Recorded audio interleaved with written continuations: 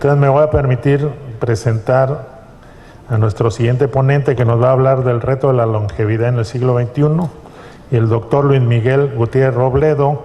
Él es médico cirujano por la Universidad de La Salle, especialista en medicina interna en el Instituto Nacional de la Nutrición, egresado en geriatría, especialidad en geriatría de la Universidad de Grenoble, Francia, maestría en biología del envejecimiento en la Universidad de París, doctor en salud pública y envejecimiento en la Universidad de Burdeos, y actualmente él es el director general fundador del Instituto Nacional de Geriatría. Bienvenido, doctor Luis Miguel Gutiérrez. Muchas gracias, muy buenos días. Bien, pasamos así como emergente, pero no sé si a mí sí me puedan poner la presentación. Muchas gracias. Bien, esta es la idea. Esto, no voy a referirme solo a la geriatría, quiero que tengamos una perspectiva más amplia de lo que es el proceso de envejecimiento, de lo que estamos aprendiendo, de cómo se gobierna este proceso, cómo se da a lo largo de la existencia, pero sobre todo cómo hemos sido capaces de modularlo de una manera dramática de la cual quizás no somos suficientemente conscientes, y todo lo que está por venir. La siguiente, por favor. Yo las voy a pasar. Bien, para empezar, cuando hablamos de envejecimiento tendemos a pensar que estamos hablando de un tema de futuro, pero es un tema de actualidad. En este país ya hay más gente mayor de 60 años que niños menores de 5. Esto no es para pasado mañana. El ISSSTE tiene una población, una estructura demográfica igual a la de la población española, y los hospitales, ustedes que como estudiantes, como médicos en práctica clínica trabajan cotidianamente ahí, se dan cuenta de que desproporcionadamente las camas están ocupadas por personas mayores, más allá del 10% que representan en la población, y que cada vez se nos presentan con situaciones más complejas que ameritan un enfoque particular. Y estos cambios, estas tendencias van a cambiar rápidamente, de manera que en 35 años el número de personas mayores de 65 años, que hoy es de 7, se va a triplicar y va a llegar a 21% de la población. Entonces, 35 años, créanme, pasan rápido. Entonces, para entonces, una cuarta parte del país ya estará representando a la población de adultos mayores. Creo que como profesionales de la salud tenemos la responsabilidad de adquirir las competencias necesarias para hacernos cargo. Y además, cuando hablamos de gente mayor, no siempre tenemos claro a qué punto se trata de una población heterogénea. A partir de datos de la Encuesta Nacional de Salud y Nutrición, les puedo decir además que la visión que tenemos de la vejez como la prevalencia del deterioro y la discapacidad ya es otra realidad. Y esa visión también tiene que cambiar. A partir de los datos obtenidos en 2012 en más de 8,000 personas mayores en 50,000 hogares en nuestro país, sabemos que más de la mitad están esencialmente sanos y plenamente funcionales, que solamente 5% son totalmente dependientes. Para su supervivencia necesitan de la ayuda cotidiana de una tercera persona. Alrededor del 30% adolecen de alguna condición de discapacidad, y el resto, alrededor de un 20%, están en una situación de riesgo de discapacidad de inicio tardío. Pero el 95% no son dependientes, y apenas el 30% tienen alguna discapacidad, o sea, el 70% no la tienen. Y esto ha venido cambiando de una manera muy acelerada en los últimos años, y la morbilidad se seguirá comprimiendo hacia edades más avanzadas en los años por venir. En noviembre pasado publicamos en The Lancet una serie de artículos relativos al proceso de envejecimiento. Les recomiendo su lectura. Todos ellos, los 7 artículos publicados, traen datos sobre México que incorporamos de diferentes fuentes de información que hemos venido generando en nuestro país en los últimos años. Y en particular queda muy claro que la carga que vamos a enfrentar, que estamos enfrentando ya relativa al proceso de envejecimiento, tiene que ver con 2 condiciones en particular. la multimorbilidad, el acúmulo de condiciones crónicas en un solo individuo y la fragilidad, que es un concepto relativamente nuevo, 15 años de evolución desde que se publicó por primera vez un trabajo ya formal alrededor de este tema. Y en el fondo la vejez no nos preocuparía si no nos tornáramos, aunque sea fugazmente, dependientes antes de morir. En realidad, les he dicho que la total dependencia no aflige sino al 5% de nuestros mayores, pero esa dependencia, aún en esa pequeña fracción, cuesta una barbaridad. Esto se ve reflejado en las cuentas nacionales de salud en un rubro que llamamos de trabajo no remunerado en salud. Actualmente el rubro de trabajo no remunerado en salud, en la última estimación del INEGI, corresponde al 20% del Producto Nacional Bruto de Salud. ¿Cuánto gastamos en atención hospitalaria? El global de la atención hospitalaria en este país, de ese PIB de salud, es 21%. El trabajo no remunerado en salud equivale a otro tanto.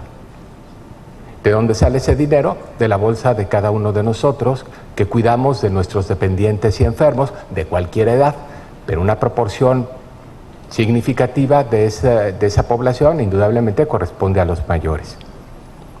En fin, que tenemos esta carga, pero carga que se ha venido presentando cada vez más tarde en la existencia. La esperanza de vida, que en la actualidad es de 77 años para los mexicanos al nacer, no corresponde todavía a la esperanza de vida en salud al nacimiento, que es de 66. Tenemos más o menos 10 años de rezago, 10 años que habremos de vivir bajo la carga de la enfermedad y entre 3 y 5 en situación de dependencia parcial o total. Este es el escenario en la actualidad.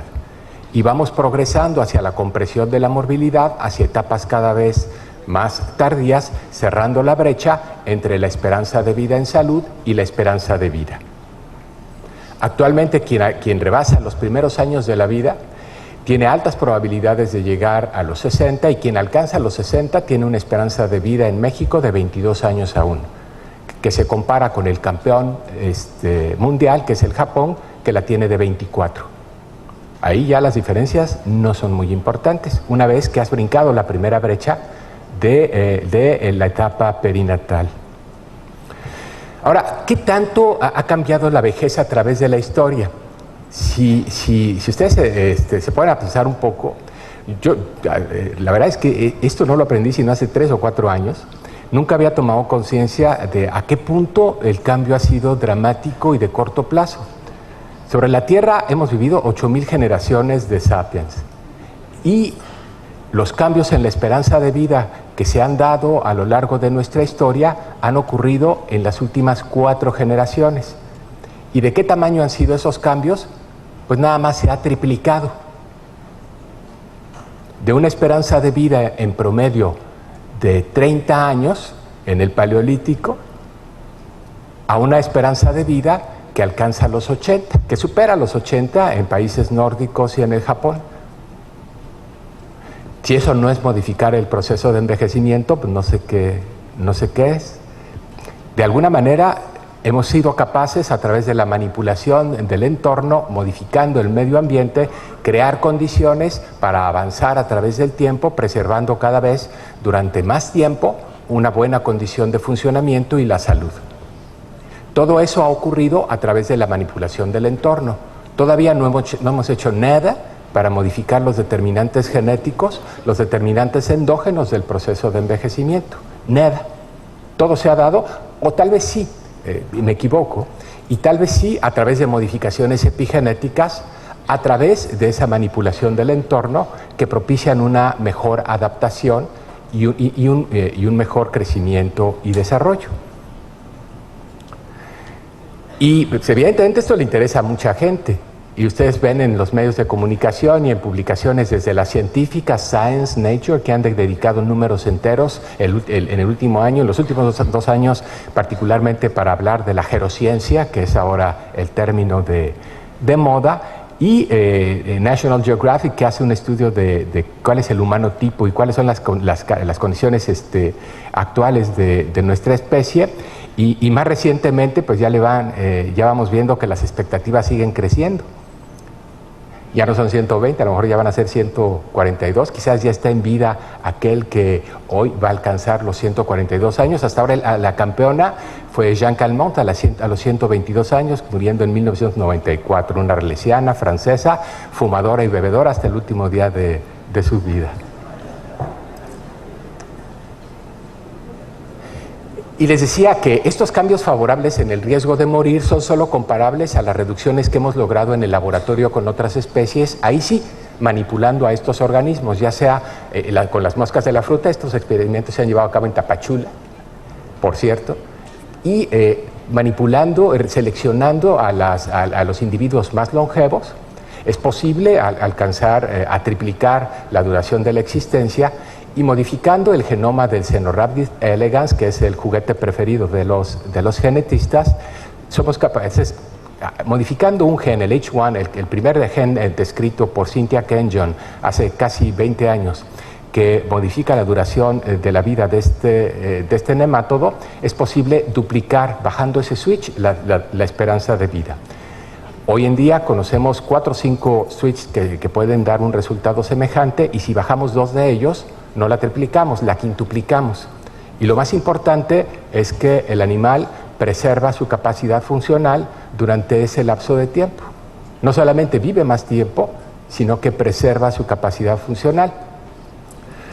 Hasta ahora, vuelvo a lo que decía hace un momento, todo lo que hemos conseguido para triplicar la duración de la esperanza de vida de nuestra especie ha sido a través de la manipulación del entorno, que será cuando seamos capaces de manipular nuestra programación genética. Estaríamos hablando aparentemente de ciencia ficción, pero no sé si han oído ustedes hablar de que Google tiene una empresa dedicada a la salud. En realidad, Calico, esta empresa, no está dedicada al estudio de temas de salud, está dedicada a temas de longevidad, fundamentalmente.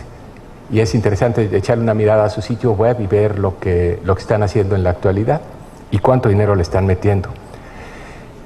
Hay muchos elementos en el proceso para entender lo que en el humano sucede al envejecer y cómo se va modulando el proceso. En negro ven ustedes algunos temas en los cuales vamos relativamente avanzados, entendemos bien cuáles son las causas de muerte precoz y cómo modificarlas. Comenzamos a entender el proceso de discapacidad y somos capaces de modularlo también y de prevenir en buena medida la discapacidad y la dependencia, y empezamos a entender la interrelación que se da entre diferentes condiciones crónicas al envejecer y cómo es que esto conduce eventualmente a la discapacidad. Pero hay muchos elementos todavía que no entendemos del todo, desde la programación fetal del envejecimiento, a lo mejor es mucho decir, pero la programación fetal de la actividad metabólica está claramente establecida. Entendemos cómo esto se genera desde los primeros días de la vida y cómo determina la manera en que el organismo habrá de manejar la energía a lo largo de toda la existencia. Y esto ciertamente influye de manera determinante sobre la calidad del proceso de envejecimiento. Pero no lo entendemos del todo y comenzamos, si bien hemos identificado ya los mismos genes que en organismos como la mosca de la fruta o el C. elegans han sido capaces de modular el proceso de envejecimiento, en nuestra especie no tienen exactamente la misma expresión. Por ejemplo, el H1 del C. elegans corresponde al gen del receptor de la insulina, pero sí nos dice que algo hay en la regulación de la actividad metabólica que tiene que ver con la duración de la vida. También el efecto que sabemos tiene la restricción calórica para prolongar la duración de la existencia nos habla de esta relación. ¿Cuáles son las principales afecciones que nos preocupan hoy en día? La lista puede ser mucho más larga y va creciendo más allá de la diabetes, la hipertensión y la enfermedad cardiovascular. Cada vez tenemos más claro el reto que representan las alteraciones del estado mental y en particular los padecimientos demenciales y especialmente la enfermedad de Alzheimer, que entendemos hoy está en buena medida propiciada también como una manifestación tardía de diabetes. Bueno, no exactamente, pero la presencia de diabetes y de obesidad en edad media de la vida multiplican el riesgo de sufrir de esta condición al avanzar en edad. Conforme pasa el tiempo, conforme avanzamos en edad y vivimos más y peor en el momento presente, cuando comenzamos a presentar condiciones crónicas ya desde la edad media de la vida, pues a través del tiempo vamos acumulando una carga significativa que no puede manejarse de la misma manera que si fuesen condiciones individuales. Al sujeto hipertenso es muy fácil tratarlo, al sujeto hipertenso con artrosis, con gastritis crónica y con diabetes y deterioro de la función renal, no lo podemos tratar de la misma manera. Entran en juego toda una serie de variables que me impiden manejar con libertad los antiinflamatorios frente a la artrosis o ciertos hipotensores que harán subir los niveles de potasio o perder fácilmente sodio y caer en estados de confusión por hiponatremia. No es simple, y las guías de práctica clínica que hemos desarrollado para el manejo de las condiciones individuales con frecuencia nos meten en problemas cuando tratamos de aplicarlas en sujetos afectados por condiciones múltiples. Algo muy interesante que tiene que ver con en qué se originan estas condiciones crónicas. La lista parece extremadamente heterogénea y pensaríamos que cada una de estas condiciones tiene un origen muy diverso. Comenzamos a tener una visión distinta y comencemos a entender también mejor los determinantes. La preocupación, por ejemplo, en torno a la enfermedad de Alzheimer es enorme, tanto que justamente en el Reino Unido hace un par de años el G7 tuvo una conferencia en torno a la temática de la enfermedad de Alzheimer en particular. ¿Por qué los 7 países más importantes del mundo sientan a sus jefes de Estado a discutir este tema? Pues porque realmente las cifras en términos de incidencia son nada más, incluyendo en México, 100 veces superiores a condiciones como por ejemplo el cáncer de mama, que se da en 0.25 mujeres, tiene una incidencia de 0.25 por 1000 mujeres por año. La enfermedad de Alzheimer en nuestro país tiene una incidencia de 25 casos por 1000 por año, 100 veces superior. Pero cuando los ingleses se pusieron a ver cómo se comportaba la enfermedad en cohortes sucesivas, se dieron cuenta que en cohortes más recientes la enfermedad es menos prevalente. Las condiciones de vida en general, el mejor control de la enfermedad crónica, el mejor control de la hipertensión, la detección oportuna de la diabetes, las mejores condiciones de vida en general están haciendo que en generaciones sucesivas esta enfermedad se vea menos en quienes alcanzan la edad avanzada. Los daneses encontraron algo totalmente semejante, pero que no se limita a la alteración del estado mental. También hay una menor prevalencia de condiciones cardiovasculares en generaciones separadas apenas por 10 años.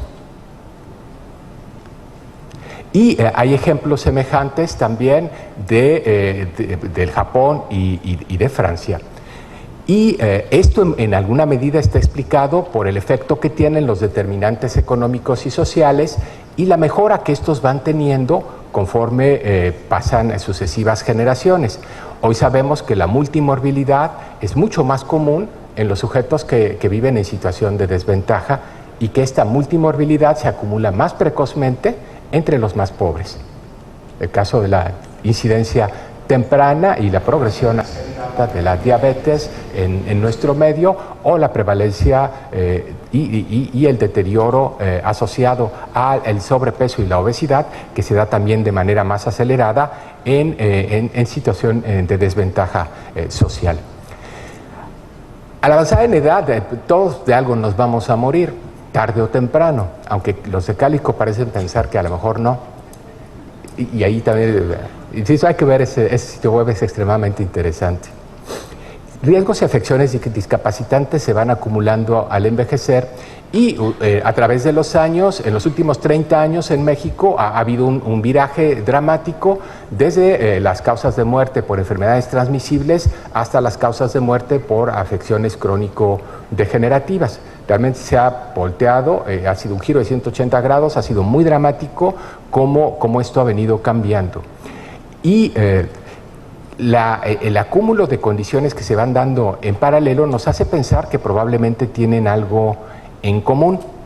Estamos llegando a un punto en donde estamos limitados por el enfoque tradicional del abordaje de la enfermedad por enfermedad, y de la prevención, el factor de riesgo por factor de riesgo. Esto está complicando mucho y ya no nos está llevando muy lejos. Ahora se trata, conforme entendemos mejor el proceso, de hacer que una hora cronológica sea más larga que una hora biológica. Enlentecer el proceso a nivel biológico conforme conocemos cómo se modulan los determinantes del proceso de envejecimiento a través particularmente de la regulación del metabolismo y de la regulación del proceso inflamatorio crónico subclínico.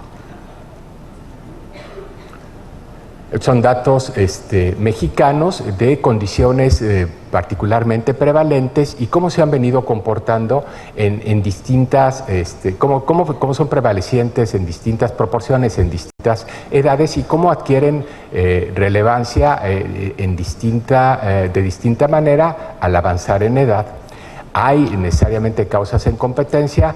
Hemos sido capaces de, por ejemplo, evitar la muerte precoz por infarto, pero la gente termina muriendo con padecimientos demenciales o con enfermedad cerebrovascular. Ya está cayendo la incidencia de enfermedad cerebrovascular en nuestro país también, que viene el cáncer. En fin, y así sucesivamente. Pareciera esto no tener fin y encontraríamos una solución para el cáncer, pues quedaría el reto de la enfermedad de Alzheimer. Ahora, el que nuestra especie sea capaz de envejecer es un efecto colateral inesperado y no es producto de la selección natural. Aquí, de hecho, las ventajas selectivas tienen que ver con la reproducción y ya lo que pasa en el periodo posreproductivo ya no es influenciado por los mecanismos evolutivos.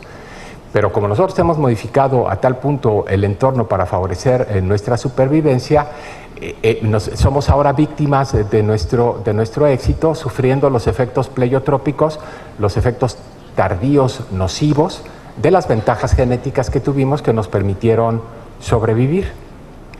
Esto comenzamos a entender que es en buena medida determinante de estas enfermedades crónico, lo que llamamos enfermedades crónico-degenerativas. En el fondo, lo que quisiéramos es seguir, no necesariamente extender indefinidamente la duración de la vida. En realidad, lo que estamos buscando es cerrar la brecha todavía más entre la esperanza de vida a secas y la esperanza de vida libre de enfermedad, y llegar al momento ideal en que todos pudiéramos llegar al final de la vida para en un momento, de un día para otro, acurrucarnos y morir, después de haber mantenido una capacidad funcional al límite hasta el final. Y si hace 100 años, 150 años probablemente, hubiera dicho que la mortalidad perinatal podía caer a menos del 1%, pues me hubieran tirado a loco, o sea, nadie me hubiera creído. Creo que lo que estoy diciendo ahora suena más o menos igual que si estuviera diciendo lo de la mortalidad perinatal hace 150 años, pero en realidad sí tenemos elementos suficientes, puesto que conocemos ya los procesos, conocemos ya claramente lo que se ha dado en llamar los 7 pilares del proceso de envejecimiento biológico. Somos capaces de modificar todos y cada uno de estos procesos en modelos experimentales, y en todos y cada uno de estos modelos experimentales somos capaces de prolongar significativamente la esperanza de vida, y no solo de los bichos con los que trabajamos, y no solo eso, sino de preservar su capacidad funcional, que es lo más importante. Entonces, el estudio de la biología del envejecimiento en este momento cobra una actualidad tremenda. Seamos claros también, ¿por qué la gerociencia? ¿Por qué todo este discurso? Evidentemente, todos estamos en competencia por recursos. Es muy atractivo presentar de esta manera la biología del envejecimiento para atraer los recursos económicos necesarios para seguir haciendo progresar el conocimiento en este ámbito. Tal vez no estamos tan cerca, no estamos tan en el umbral del anti-envejecimiento como nos lo quieren decir los vendedores en la televisión todos los días. En realidad, los antioxidantes no solo no funcionan, tienen un efecto deleterio, hoy lo entendemos bien, y mucho de lo que nos proponen, incluyendo la hormona de crecimiento, sabemos ya que no es la vía para realmente alcanzar los efectos que estamos persiguiendo. Pero ¿cuál es el principal factor de riesgo en el momento presente para enfermar de enfermedad de Alzheimer, por ejemplo? Indudablemente el factor de riesgo número uno es la edad, el tiempo que ha pasado expuesto a una serie de condiciones que pueden propiciar esta enfermedad. Y hay muchas causas de discapacidad de inicio temprano, todas las enfermedades crónicas, pero la discapacidad de inicio tardío, que se da en ausencia de una etiqueta de enfermedad en particular, obedece más bien a la condición de fragilidad, que es de alguna manera el resultado de la enfermedad crónica subclínica, que no alcanza a recibir una etiqueta, pero cuyos mecanismos biológicos están operando sin que seamos capaces de reconocerlos como una entidad clínica. ¿Cuál es la evidencia que sustenta las expectativas de diferir el envejecimiento? Pues la tenemos en muy distintos niveles, no voy a entrar en detalle, solamente aquí hay fármacos de uso tan común como la metformina que modulan el proceso de envejecimiento. Y hay experiencias absolutamente espectaculares de parabiosis en donde se conecta el sistema circulatorio de dos animales. Estas son experiencias que fueron descritas en Francia hace casi 200 años y que se han rescatado recientemente y que ahora nos han permitido identificar algunos de los factores humorales que están en juego. Y hay pues toda una gama de productos de información que están contribuyendo al avance del conocimiento, y hemos sido capaces de identificar ya a través de estudios de genoma completo entre familias especialmente longevas de población judía ashkenazí algunos marcadores de longevidad excepcional. Al parecer, la probabilidad de sobrevivir como supercentenario sí tiene que ver más con factores genéticos que con factores del entorno. Un supercentenario es alguien que alcanza más allá de 110 años. Y hemos ido identificando también, y esto es bien interesante, en locus vecinos, los determinantes de enfermedades tan diversas como la enfermedad de Alzheimer y la osteoporosis, aparentemente tan diversas, pero probablemente relacionadas en sus mecanismos íntimos. Diabetes, cáncer, enfermedad de Alzheimer. Entonces, ¿este proceso puede modularse? Pues parece que sí. Les decía que conocemos ya para López Otín las nueve bases del envejecimiento. Para el Instituto Nacional de Envejecimiento de los Estados Unidos lo resume en 7. Pero hay una serie de fenómenos primarios que son causales del daño. Reconocemos cuáles son los fenómenos que responden y cuáles son los fenómenos que nos dan el fenotipo envejecido. Y muchos de estos, en particular la senescencia, la entendemos ya y somos capaces de modularla y sabemos que tiene inclusive efectos benéficos y que es parte necesaria del proceso de desarrollo en la etapa fetal. Pero hay cosas que todavía son interesantes. Saben ustedes que el 95% de los supercentenarios son mujeres. Pero creo que rápidamente las vamos alcanzando porque se están exponiendo cada vez más a los riesgos a los que nos exponemos nosotros. En fin, tenemos una gran oportunidad para aprovechar los avances de la biología del envejecimiento. Hay mucho por aprender, hay mucho todavía que conocer antes de que esto pueda ponerse en práctica. E insisto, el objetivo es prolongar la duración de la esperanza de vida en salud, preservar la capacidad funcional por el más tiempo posible, para prevenir la dependencia al envejecer. Se trata pues de pasar el factor de riesgo no modificable que está marcado ahí, que dice age, pasarlo de esa casilla a la de arriba. En el fondo, esa es la idea. De los factores no modificables a los factores susceptibles de modulación. Y esto incluso se ha calculado ya hasta qué punto puede tener un impacto económico benéfico. Y efectivamente, el ser capaces de diferir en 5 años la aparición de estas condiciones crónicas, por ejemplo, la enfermedad de Alzheimer, si retrasamos 5 años la edad de inicio, en promedio, estaríamos cortando la prevalencia por la mitad. Y esto nos aportaría dividendos muy, muy significativos. Estamos poco a poco caminando en paralelo, esto que tiene que ver con la clínica. Cada vez, y conforme la multimorbilidad se hace más común, estamos obligados a un nuevo abordaje en el estudio clínico del paciente. Si nos vamos enfermedad por enfermedad, nos metemos en muchos problemas.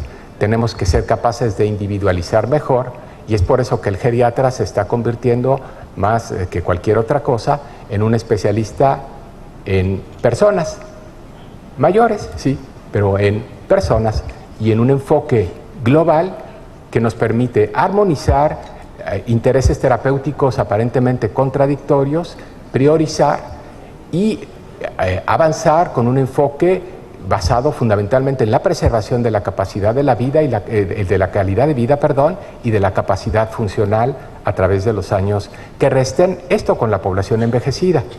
Pero nos estamos viniendo cada vez más atrás en nuestra perspectiva en términos de prevención, al reconocer que los determinantes de lo que nos mandan todos los médicos como interconsulta, bajo la forma de un ser ya irreconocible en posición fetal, escarado en una cama, está en esa situación por factores que pudieron haberse abordado en la edad media de la vida o antes. Ese es el enfoque en realidad que tenemos que tener. En suma, creo que ya podemos ser bastante claros respecto a que el impacto de la ciencia del envejecimiento, de la nueva gerociencia, se avisora y será mayúsculo, comparable a otras intervenciones que han cambiado el curso de la salud en nuestro tiempo. Conocemos ya los principios que hacen posible modificar este proceso y la expectativa de mejorar por esta vía la esperanza de vida en salud es bastante realista. Este es el artículo en donde aprendí lo que Calico quiere hacer. Fue publicado en el Washington Post en el mes de marzo de este año. Y ahí hay un serious game, un jueguito al que puedes meterte en la internet, en donde vas viendo cómo puedes modificar tu artrosis, cómo puedes modificar tu vista, cómo puedes mejorar tu función renal a través de mecanismos hipotéticos que ya existen en sus fundamentos o en la realidad y que podrían efectivamente contribuir a conducirnos por esa vía que conduce a los 150 años. Pero insisto, el tema no es tanto esto. Esto, desgraciadamente, es algo que quedaría circunscrito todavía a una élite y a un grupo que pudiera pagar mucho por ello. Lo que nos interesa, en realidad, es seguir avanzando en una longevidad saludable. Antier murió Oliver Sacks, y él, en sus últimos escritos, pensó mucho alrededor de este tema. Y pues sí, longevidad saludable, pero ¿para qué? Cuando hemos avanzado en una dirección que nos conduce a una medicalización excesiva de la última etapa de la existencia, en donde probablemente el interés, el enfoque debiera de cambiar. Sabemos que la curva de la felicidad, nos dicen, es esta. Esto es cierto para los países anglosajones, pero el bienestar subjetivo no se manifiesta de la misma manera. En nuestra región va para abajo a lo largo de la vida. Ustedes lo pueden ver aquí. Este es otro de los artículos de la serie de Lancet, y en África parece que nunca la conocieran. Pero lo más interesante es esto. O sea, verdaderamente, si esos años extra que hemos de vivir no tienen un sentido claro, no hay para qué. Y nuestro organismo pareciera entenderlo. Y ese bienestar subjetivo tiene mucho que ver con nuestra probabilidad de sobrevivir, y eso está más en el terreno de la actitud que de la biología. Como bien lo ha estudiado Ellen Langer, creo que no tengo ya tiempo de abundar al respecto, pero les recomiendo la lectura de Counterclockwise para entender hasta qué punto podemos modular nosotros mismos, a través de nuestras actitudes, nuestro envejecer. Muchas gracias por su atención.